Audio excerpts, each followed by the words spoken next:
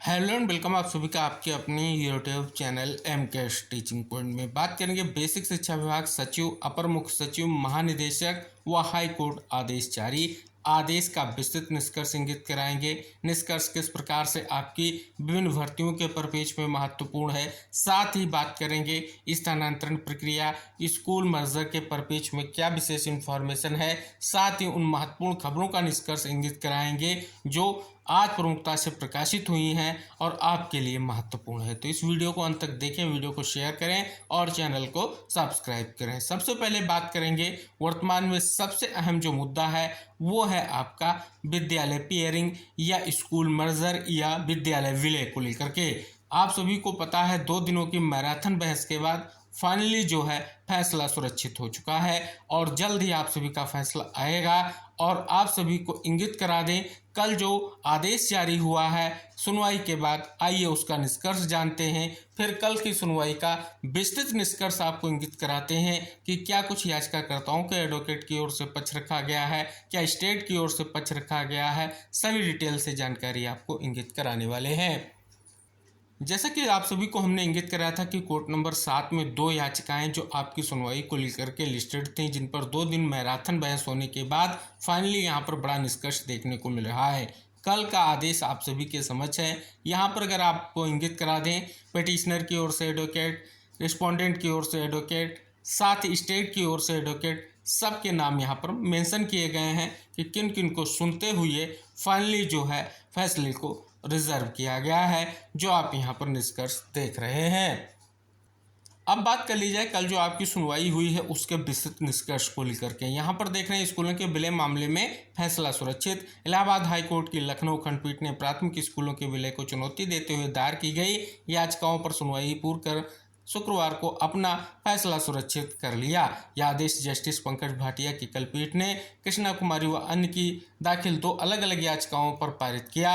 याचियों ने विलय संबंधी राज्य सरकार के 16 जून के आदेश को खारिज करने की मांग की। याचियों की ओर से पेश अधिवक्ता LP मिश्र व गौरव मेहरोत्रा ने तर्क दिया कि सरकार का कृत्य संविधान के अनुच्छेद 21A तहत 6 से 14 साल के बच्चों को प्रदत्त शिक्षा के अधिकार का उल्लंघन है, क्योंकि इससे वे अपने हक से घर से नज़दीकी शिक्षा पाने के हक से वंचित हो जाएंगे। यदि किसी स्कूल में छात्रों की संख्या कम है तो सरकार को प्रयास करना चाहिए कि स्कूल के स्तर को सुधारे ताकि वहां अधिक से अधिक बच्चे दाखिला लें। सरकार ने यह करने की बजाय आसान तरीका निकाला है कि विलय या अन्य किसी तरीके से उन विद्यालयों या स्कूलों को ही बंद कर दिया जाए।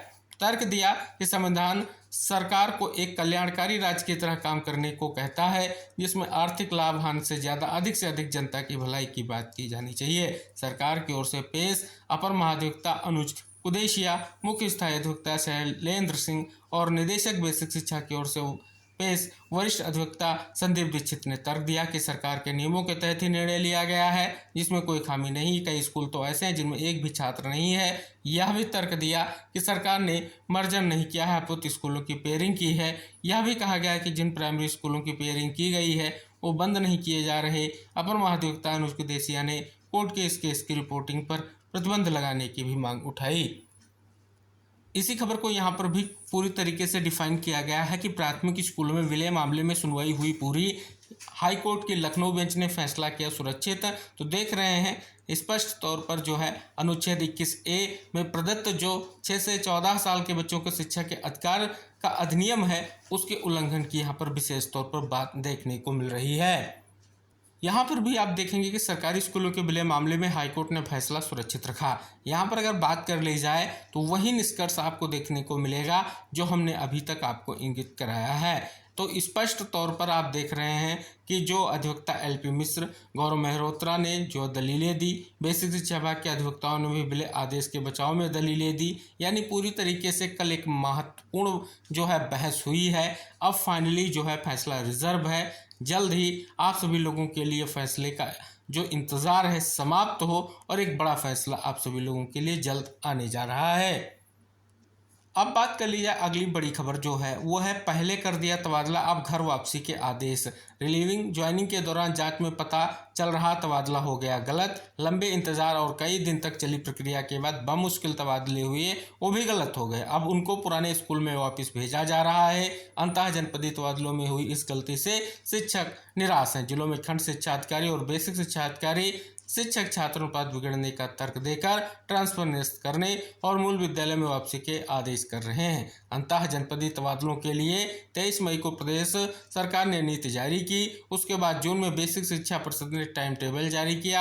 आवेदन 28 जून तक लिए गए और 30 जून को तबादला आदेश जारी कर दिए गए। इनको 7 जुलाई तक अपने मूल विद्यालय से रिलीव करते हुए दूसरे विद्यालय में ज्वाइनिंग देने के आदेश दिए गए हैं। बेसिक शिक्षा परिषद के सचिव ने सभी बीएसए को यह भी आदेश दिए हैं कि रिलीव करने और ज्वाइन देने से पहले भली बात यह जांच ले कि शिक्षक छात्र अनुपात प्रभावित ना हो, शिक्षकों के ब्यौरे में भी किसी तरह की कोई खामी ना हो। जांच पड़ताल में खामी पाए जाने पर बीएसए जिम्मेदार होंगे। कई जिलों में तबादले निरस्त। यहाँ पर देख रहे हैं जब रिलीविंग और ज्वाइनिंग के दौरान जांच की जा रही है तो पता चल रहा है कि उनके तबादले से पुराने या नए विद्यालय में शिक्षक छात्र अनुपात बिगड़ जा रहा है। बिना विषय को ध्यान में रखते हुए तबादले होना भी वजह बताया जा रहा है। कई खंड शिक्षा अधिकारी और बेसिक शिक्षा अधिकारी अब तबादले को निरस्त करने और मूल विद्यालय में भेजने के आदेश कर रहे हैं। गौरीगंज अमेठी के खंड शिक्षा अधिकारी ने अपात्र शिक्षकों की लिस्ट जारी की है। कहा गया इनके तबादले पुराना विद्यालय एकल शिक्षक हो जाएगा। इससे आरटी के मानक के अनुसार छात्र शिक्षक अनुपात बिगड़ जाएगा। इसी तरीके से जो है बरेली के खंड शिक्षा अधिकारी ने शिक्षक छात्र अनुपात बिगड़ने के कारण कई शिक्षकों के तबादले निरस्त करने और मूल विद्यालय में भेजने के आदेश जारी किए हैं।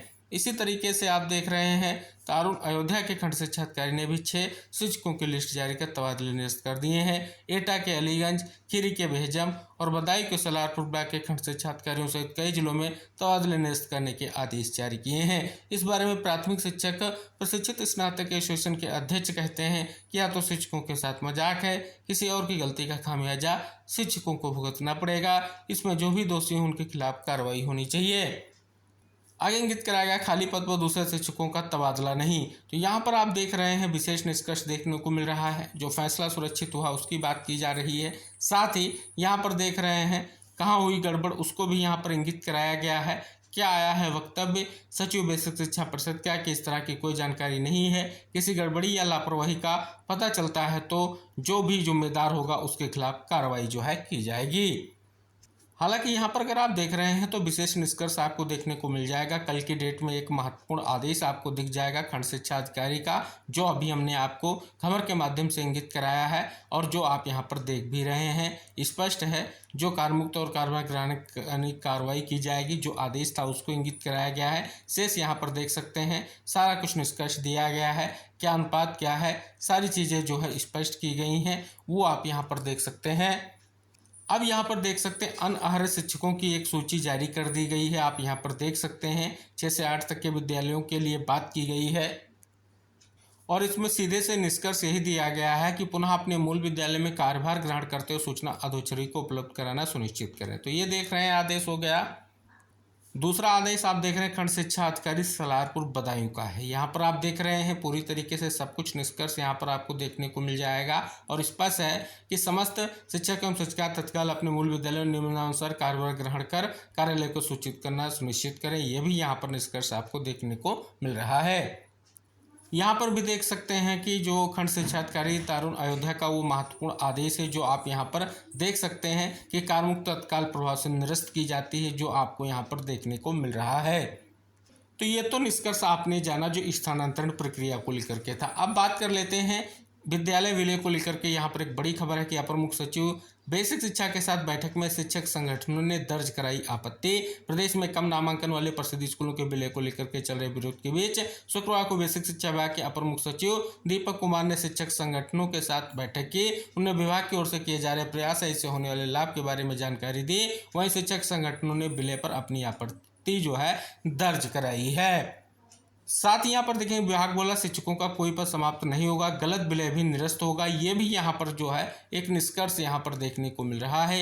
यहाँ पर देखेंगे महानिदेशक स्कूल शिक्षा कंचन वर्मा ने बताया कि अभी शिक्षकों के तबादले समायोजन का पहला चरण हुआ है। विलय के बाद विद्यालय की स्थिति को देखते हुए एक बार फिर से आवेदन लेकर के शिक्षकों के स्वैच्छिक समायोजन किया जाएगा और उसके बाद आवश्यकता पड़ी तो अनिवार्य समायोजन भी किया जाएगा। उन्हें आश्वासन दिया कि शिक्षकों के पद समाप्त नहीं किए जाएंगे। अगर बात कर ली जाए जो यहाँ पर स्पष्ट तौर पर विभिन्न शैक्षिक संगठनों के प्रतिनिधि महानिदेशक स्कूल शिक्षा कंचन वर्मा, बेसिक शिक्षा निदेशक प्रताप सिंह बघेल, अपर शिक्षा निदेशक basic Sanjay Yadav, AD basic Lucknow Shyam Kishore Tiwari आदि उपस्थित रहे। तो देख रहे हैं एक बड़ा निष्कर्ष यहाँ से भी स्पष्ट हो रहा है। यहाँ पर देखें कि परिषदीय विद्यालयों में नए शैक्षिक सत्र में पठन पाठन के लिए समय सारणी जारी कर दी गई है। साथ ही यह निर्देश दिए गए हैं कि इसे विद्यालय में प्रधानाध्यापक कक्ष व विद्यालय के नोटिस बोर्ड पर चस्पा किया जाए। अगर बात कर ली जाए जो समय सारणी है उसमें सुबह 15 मिनट जो है प्रार्थना सभा योग आदि के लिए, मध्याह्न भोजन के लिए 30 मिनट और जबकि कक्षाएं 40-40 मिनट की होंगी। कक्षा 1 व 2 के हिंदी गणित विषयों के लिए 120 मिनट का शिक्षण समय सुनिश्चित करने के निर्देश दिए हैं। महानिदेशक स्कूल शिक्षा कंचन वर्मा ने निर्धारित समय सारणी के शिक्षकों ने विषय से जुड़ाव के लिए सकारात्मक वातावरण बनाए जाने को लेकर के विशेष जो है निर्देश जारी किए गए हैं। यहाँ पर भी देखेंगे कि प्राथमिक शिक्षक संघ ने जनप्रतिनिधियों को सौंपा ज्ञापन। देख रहे हैं इसमें स्पष्ट तौर पर अगर आप देखेंगे 150 से कम प्राथमिक विद्यालयों के प्रधानाध्यापकों के पद समाप्त करने और 100 से कम छात्र संख्या पर उच्च प्राथमिक विद्यालयों के प्रधानाध्यापक पद समाप्त करने सह शिक्षकों से के हितों को लेकर के 3 और 4 जुलाई को उत्तर प्रदेश के सभी जिलों में 2 से 3 दिन अभियान जो है चलाया जाएगा। यहाँ पर देखेंगे जो आपकी संविदा भर्तियों को लेकर के आउटसोर्स भी यहाँ पर जो स्पष्ट तो आउटसोर्स सेवा निगम का गठन किया गया है उसमें से डिटेल से निष्कर्ष यहाँ पर देखने को मिल रहा है कि 11 लाख संविदा कर्मियों से लेकर बेरोजगार कर रहे थे इंतजार, बदल गया उसका जो है ढांचा। यहाँ भी देख सकते हैं टाइम टेबल को लेकर के निष्कर्ष देखने को मिला कि स्कूल शिक्षा महानिदेशक एवं समग्र शिक्षा के परियोजना निदेशक कंचन वर्मा ने इस संबंध में सभी बेसिक शिक्षा अधिकारियों के नाम सर्कुलर जो है जारी कर दिया है। तो ये थी बड़ी खबरें जो बेसिक शिक्षा विभाग से रिलेटेड थी, विभिन्न आदेशों के निष्कर्ष से रिलेटेड थी। साथ ही स्पष्ट तौर पर माननीय कोर्ट में सुनवाई और फैसले का इंतजार अभी रहेगा। इंतजार इसलिए रहेगा क्योंकि फैसला सुरक्षित हो चुका है। तो इस महत्वपूर्ण वीडियो को शेयर कीजिए। नेक्स्ट इन्फॉर्मेशन पाने के लिए चैनल को सब्सक्राइब कीजिए जिससे आपको ऐसी इन्फॉर्मेशन मिलती रहे। और वीडियो को अंत तक देखने के लिए आप सभी का तहे दिल से धन्यवाद।